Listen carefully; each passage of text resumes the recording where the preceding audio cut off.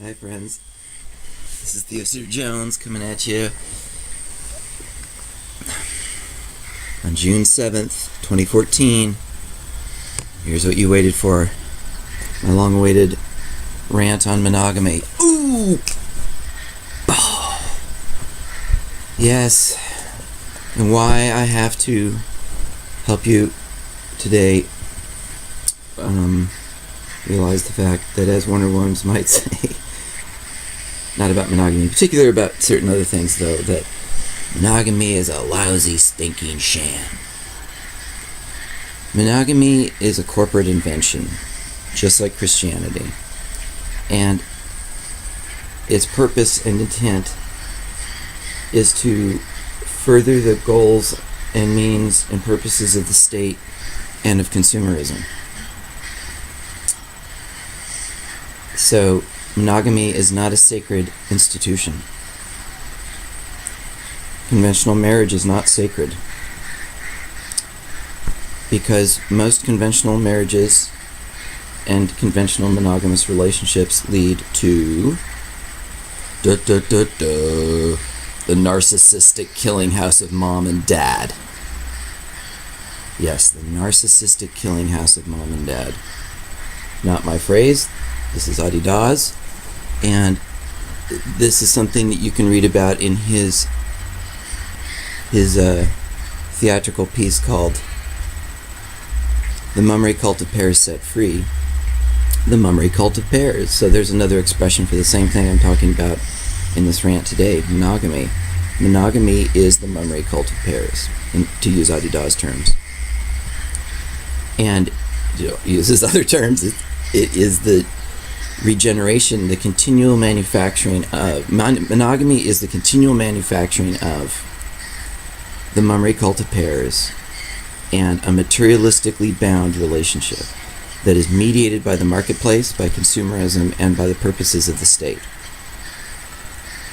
Monogamy has nothing to do with God, nothing to do with the sacred purposes of human life.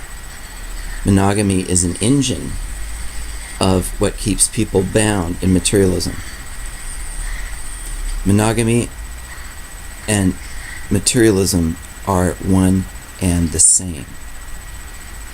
Conventional religion and monogamy and materialism and the policy of endless war, total war, are one and the same. And now I know I am prepared to defend this thesis, but first I'm going to let Moses out.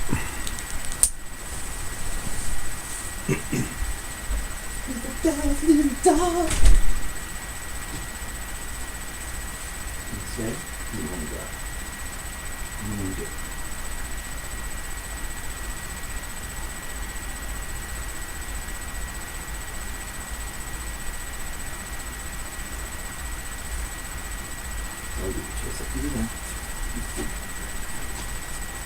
Monogamy is a lousy, stinking sham.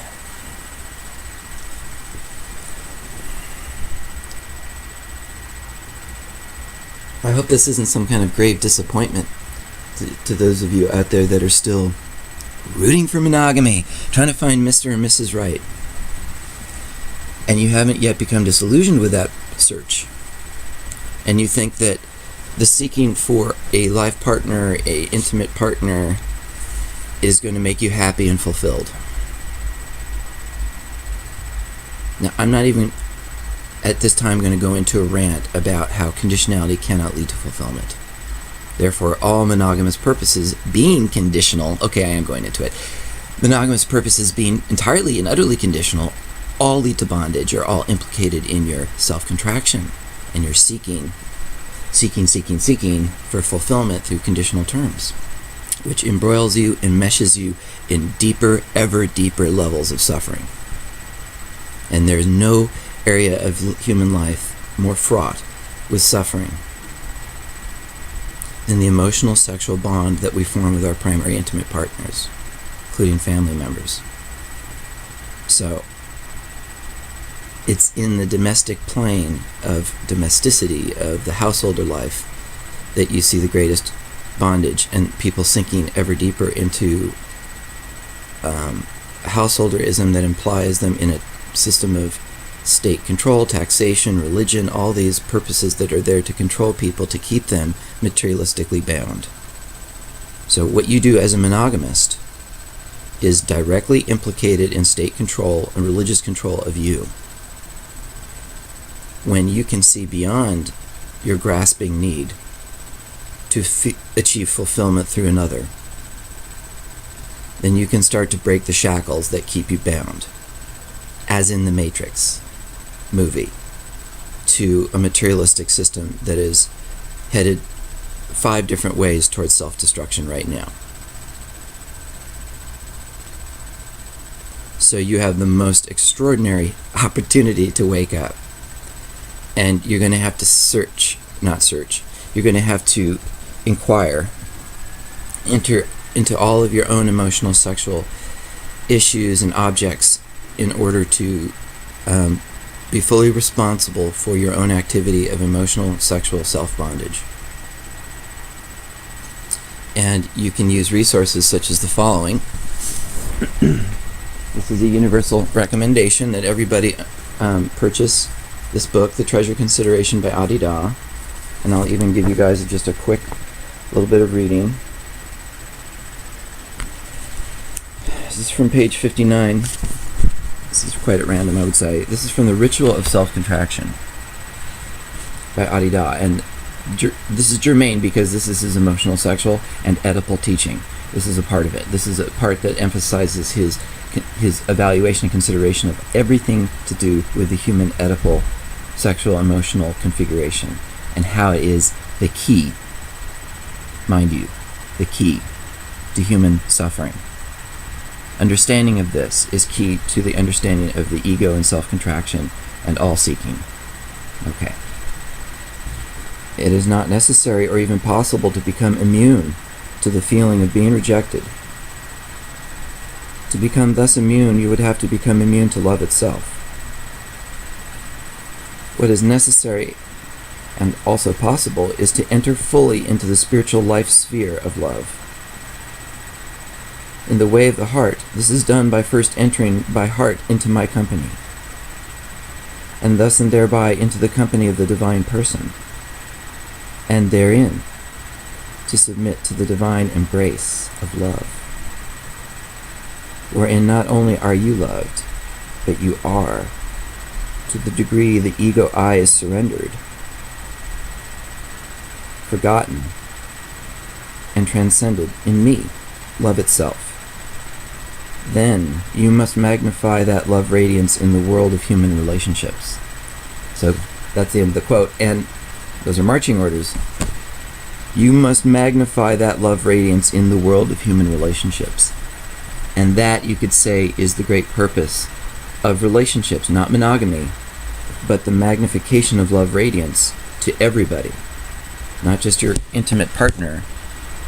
And there's all kinds of ways that we can go down a laundry list of pathologies associated with monogamy. The fact that people create an encapsulated self-enclosure where the net love that they share with the total world is reduced because of this mutual ego collapse into this social contract of you and me against the world. You and me against the world is monogamy. We're going to create a strategic consumer pair bond, try to keep our children safe, and live in a constant state of paranoid guilt, which, as you know, all monogamous parents are paranoid and guilty, and it's just suffering at its worst. Conventional parenting, conventional sexuality, and conventional unresolved Oedipal issues all stacked up on each other for a lifetime worth of guilt, a lifetime worth of stress, a lifetime worth of unresolved seeking, and terrible, terrible paranoid guilt trips that parents are on all the time. I don't know how you people stand it, and why you put up with it. I don't know why you do it.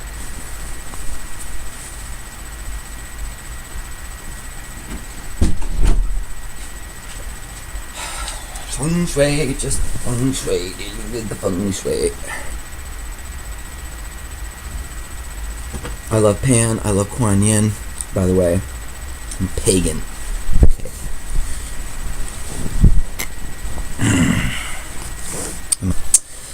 Now, this is a part 1 on monogamy because I want to go walk the dog. I don't want to try to handle the whole fucking load of bullshit about monogamy right now. But I've given you some marching orders of my own, which is to read The Treasure Consideration, read The Memory Cult of Pairs Set Free, and then read them on video and videotape yourself reading them and post them on YouTube and send me a link at theocedarjones@gmail.com. And check out our websites, Global Cooperative Forum, 2013.weebly.com, theocedarjones.weebly.com, swaybone.net, warnerwilliams.com. By doing these things, you can support this campaign to create the Global Cooperative Forum, which is where it's really at. That's the answer to this horrible horror of materialism. Scientific materialism, consumerism, total war, endless war, ego culture, death culture. This whole thing that we're saying, no, stop. And that's why I have to say, hey, monogamists, no, stop. What's the alternative? Okay, here's the alternative that I'm proposing. A bonoboization and prior unification of humanity through essentially what amounts to disciplined polyamory, informed by prior unity and the bonobo example. And I'll leave that for part 2. That's the positive alternative in the new civilization of retooling monogamy and retooling human emotional, sexual, Oedipal configuration.